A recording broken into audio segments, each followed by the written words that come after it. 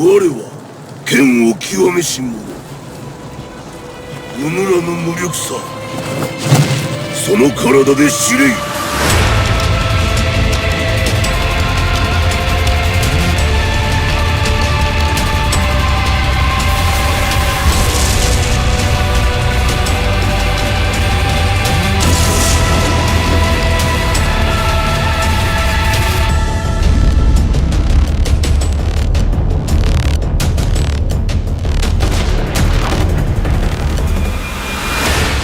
Hey, what's up guys, it's YellowMotion here and welcome to a new Let's Talk video of Tekken 7. And this video is a special update video, part 1.5. So why an update video? Because look guys, as you'll know, I'm working and editing on the final 25 minutes plus part 2 video, and this update video right here was together along with part 2, making it even longer than 30 minutes. And that's something that I don't personally want, because before I get into the names, I had to talk about several stuff that happened after I uploaded part 1. I just can't ignore it, and an update needed to follow before part 2. So guys, this video is very essential because it will also affect part 2 as well of the remaining characters. Now, we all know of course that we got 2 new character reveals at EVO for Tekken 7. Now, you may ask, did I know that we would get character reveals at EVO 2016? Of course I did, man. It's what I've been saying several times on Twitter this past month.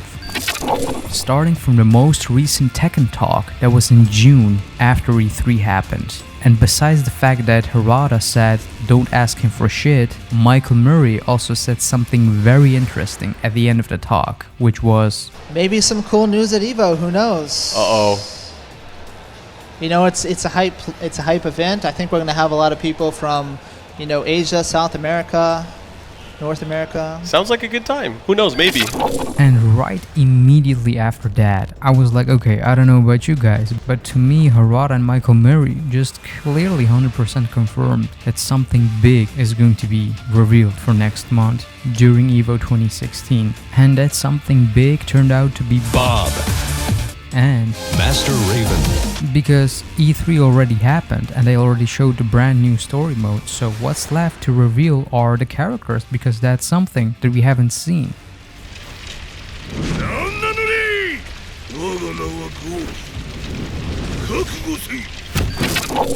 And as far as Bob and Master Raven, but I do have some important things to say about those characters and share them with you guys that regards to the roster predictions as well. And I'll try to keep it short, but I'll give you my quick thoughts and several important things that I want to say about both of these characters. Now let's just say that I'm glad that both Bob and Master Raven are in Tekken 7, and I'll explain why.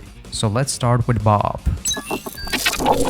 When I saw him, for me it made sense to why he is revealed at EVO. If you follow me on social media, you already know that I had both Bob and Raven already in my picks for the 10 characters. And when I saw Bob being revealed, I was quite happy. Not because I'm a Bob player or like I'm a huge Bob fan, but I was quite happy because in my prediction videos, I'm, you know, talking and explaining, cutting to the chase to why I think like, okay, this character is going to be in Tekken 7 and here's why I think that character is going to be in Tekken 7. And for Bob, I had a pretty unique theory and a concept to why I thought he wasn't revealed yet in Tekken 7 and why he eventually will be revealed at Tekken 7. So instead of me explaining that now, I want to show you that clip because I already have recorded all of the characters that I have in my list. So let's take a listen.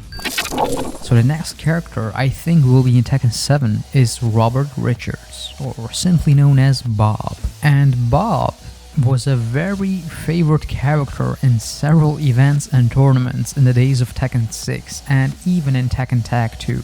Because many people use them in tournaments and events, and you would eventually see grand finals with mostly Bob versus Bob in it. But Bob's popularity in such events and tournaments from Tekken 6 and Tekken Tag 2 is, in my opinion, exactly the reason why he hasn't been shown yet. It's to avoid that many players would again pick him and rely on him again in several events and tournaments, because the genius martial artist from the US was just that popular. And that's also why I think that this time for Tekken 7 he will have and keep his flashy moves, but much more balanced. But nonetheless, look, even though that Bob appears as a comic relief character and some would say he's a joke since the introduction of Tekken 6, he proved to be very popular among the players. And his character design and fight style are also key factors that will probably overweigh to, let's say, his story purpose in Tekken 7. Because story-wise, look, I don't see quite a reason why Bob should be in Tekken 7, especially with the themes of Fated Retribution and the conclusion of the Mishima saga. But nonetheless, he's very popular and very demanded, because the definition of speed and weight will get a new definition. And that's why I believe and say that we will meet a new Robert Richards in Tekken 7. And this to me sounds perfect sense because he is revealed at EVO and Bob has a quite EVO history. It was back at EVO 2011 that it was mostly Bob versus Bob, and it's not only EVO but several other tournaments as well. His history with the tournaments is more relevant to why he is revealed at EVO, right? Because Bob is honestly one of those characters where he's just unique the way he is. I mean, you'll either love him or you'll hate him, right?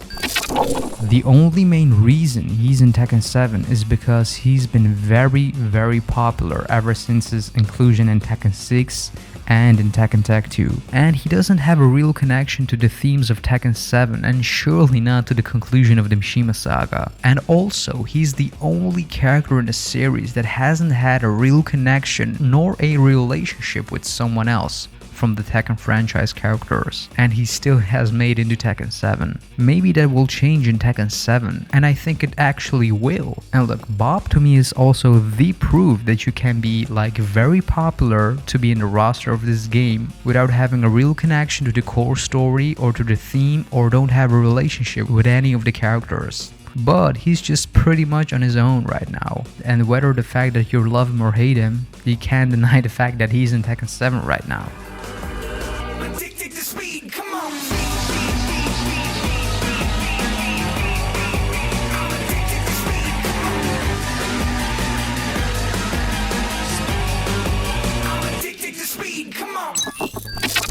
Now, as far as Master Raven, firstly I want to say that I'm really liking her as the new female character and her design as well. It's very original to me. And she's actually the first real black female fighter that's included into the Tekken franchise. And I'm gonna say this right now, I'm not bothered that she's the replacement of Raven. Yes, I said replacement.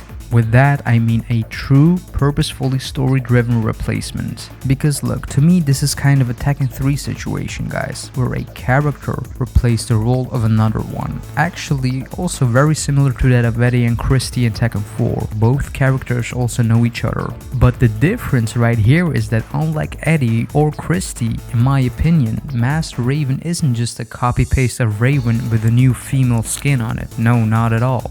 And yes, I know, Master Raven has quite a lot of moves, maybe almost all of the moves of Raven, right? And also, Master Raven has a sword as a weapon that she quite uses a lot in battle, as we've seen from the trailers, where Raven actually had 2 kunais. She also has many teleport variation attacks than Raven did, alright? And of course, with her new added moves, the addition of the Rage Art and the Rage Drives makes, in my opinion, Master Raven just a higher variation of Raven itself, right? It's not a copy-paste situation. You know, something like Martial Law and Forest Law in Tekken Tag 2. They both have the same fight style, but in their own way. Definitely not a clone, because clones to me are like one-on-one duplicates of their entire move lists. So I'm talking about real palette swaps. And correct me if I'm wrong here, but I'm talking about characters such as Alex and Roger, same move list. Kuma and Panda, exactly the same move list. Lily and Sebastian, exactly the same move list. Christy, Eddie and Tiger, exactly the same move list. Same, but different. But still same. Oh, thank you. Konnichiwa. Raven and Master Raven. Probably not the same move list if Raven was in Tekken 7. So, you know what I mean? Master Raven to me is not a duplicate of Raven, nor is she a clone of Raven. She is just unique the way she is. And it makes sense, because they know each other, they're from the same organization, and Master Raven being the commanding officer of Raven, the boss, what would you expect else?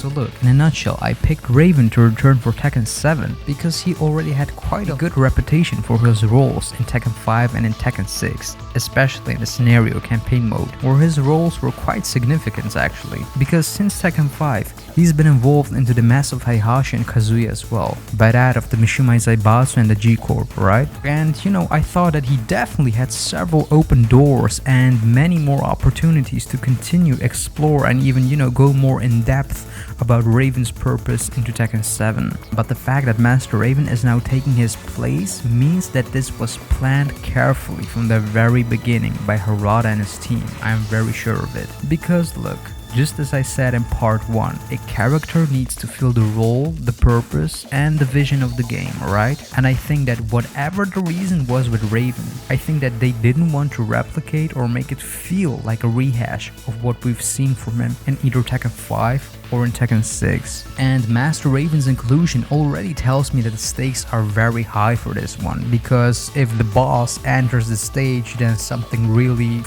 must have happened, alright? And it's something that's definitely happened to Raven in Tekken 6. Because of course we will know why he is absent. And this isn't just a quick decision to take and say, let's pick Raven and make him a female one. You just don't do that without having a really good reason, alright? So that's a bit about me giving some thoughts on Bob and Master Raven. I can talk all day about them. That's something that would better fit for another new separate video, okay? So now let's move on to what this means for the rest of the roster and the remaining slots. This is the situation right now. Like I've said in my previous video in part 1, I personally think that if all slots would be filled, then we would have a total roster of 43 characters in total, alright? Those 43 characters is also including extra potential character DLC after the console launch in early 2017. So once again, to make this clear, not at launch in March, but after the launch throughout the whole year of 2017. It's still possible that characters are going to be added that can reach to 43 characters. Now, just to make it clear, will the arcade version of Tekken 7 Fatal Retribution get 43 characters? No, of course not, because in my opinion it will be very close, somewhere around 38 characters. So the number of 43 is something I definitely can see happening. It doesn't mean you have to reach that way, but it definitely can reach. And whether you have another opinion about this final number, that's up to you, and that's totally fine. But the thing is that time will only tell what really will happen. So we now have 31 confirmed characters for Tekken 7 Fated Retribution. From those 31 characters, we have an old returning one, Bob, and the new announced female character, which is Master Raven. So Master Raven now fills into the slot of the new female character. And like I said, to me personally, Master Raven replaces Raven's character, so his slot now becomes free, alright? But now it means that from the first initial 14 potential slots that could be filled, 5 of them are already filled, which are the 2 new characters, Master Raven and the new male character that in my opinion is still going to be announced for Tekken 7. And of course, Lee Chaolan, Anna Williams, and the recent revealed Bob. Well, this was the update video, guys, along with my quick thoughts on Bob and Master Raven. So while you guys just wait a little bit longer for part 2 of the roster prediction, you can still change your own picks for the roster. So if you still agree with me about the 14 slots, where 5 of them are already filled, we have 9 more slots left. So just like last time, you still have a chance to change your list by letting me know which 9 characters you still think are going to be in Tekken 7. And try to do this with the criteria in mind, not by simply choosing your favorite Tekken characters, okay? And like I said, if your list turns out to be the same as mine after I upload part 2, then I'll mention you for that on my Twitter and Facebook pages, which just recently hit 2,000 likes on Facebook and 1,000 followers on Twitter as well. So thanks Salad and Sane for this great artwork gift of Akuma, Kazuya, and Jin from Tekken 7. And of course you can check him out on his Instagram for more of his awesome artworks, including several sweet ones from Metal Gear Solid 5 The Phantom Pain, which in my opinion truly captures the characters.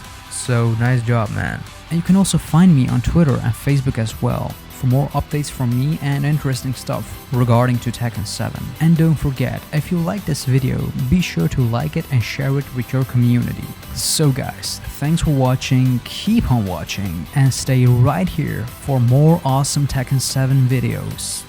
And as always guys, my name is YellowMotion and I see you in part 2 of the roster prediction video. Peace.